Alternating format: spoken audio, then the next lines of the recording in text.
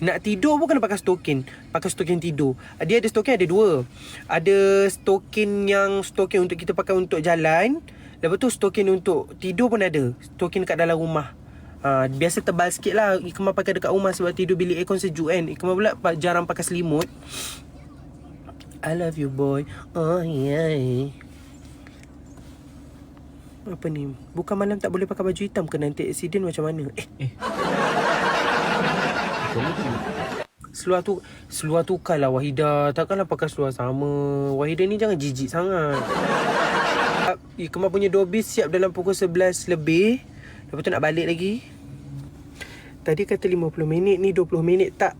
Wahidah, kau faham tak apa aku cakap ni? Kau jangan sampai aku terbang pergi Melaka, aku pecahkan pintu rumah kau. Faham tak? 26 minit basuh baju. Mesin dia ada 2. Kau faham tak ni? Lepas kau basuh baju, kau kena keluarkan baju tu, pergi mesin pengering pula. Keringkan baju tu 50 minit. Jadinya sejam lebih. Faham tak? Rest lah aku dia ni. Sebab benar tak pernah basuh baju lah Wahidah ni. Keringkan baju tu ya lama. Sebab ada sekali selimut, apa benda semua. Khairah aku settle lah si Wahidah ni. Aku stres tau. Tolonglah Puteri Mariam. Tolong. Aku dah tak boleh dah ni. Aku dah penat. Ini kalau aku boleh hantar dia kat Damaskus tu, aku jadikan dia shawarma, aku tahu tak? Dia macam aku, otak aku jatuh, kotak hilang.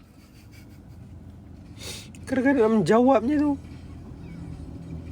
Tak apa, saya pun nak jadi macam dia.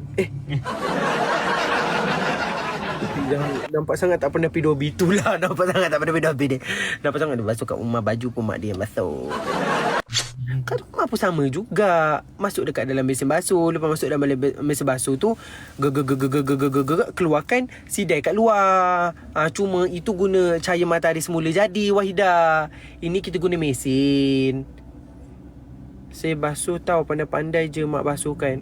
Dah tanya dah mak Wahidah. Mak Wahidah cakap, malah Wahidah ni kemah. Tidur je, bangun berak tidur kencing. Happy birthday Kak Vina. Takut tak sempat nanti nak ucapkan kan terlepas pula kan.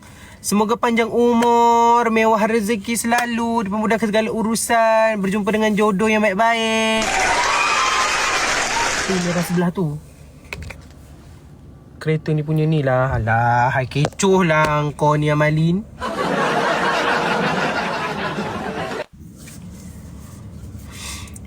Ya ke sedap Kak Bin.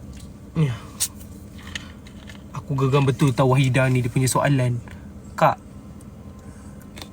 memang Wahidah tu memang macam tu. Akak abaikan je dia punya ini dia punya soalan tu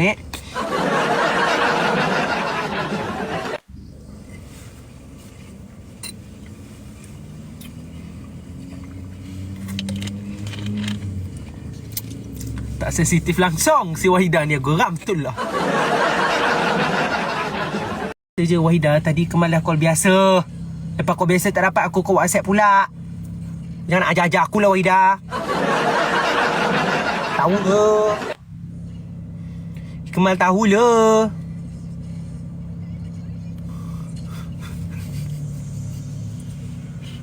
Kelakar lah.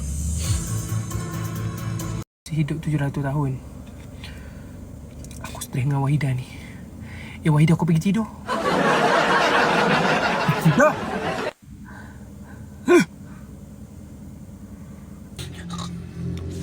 Yelah tu abang lipat baju entah Ilham. Ilham lipat baju. Sebab kalau suruh Wahidah, lambat lagi. Wahidah, lipat baju. Wahidah, lambat lagi guys.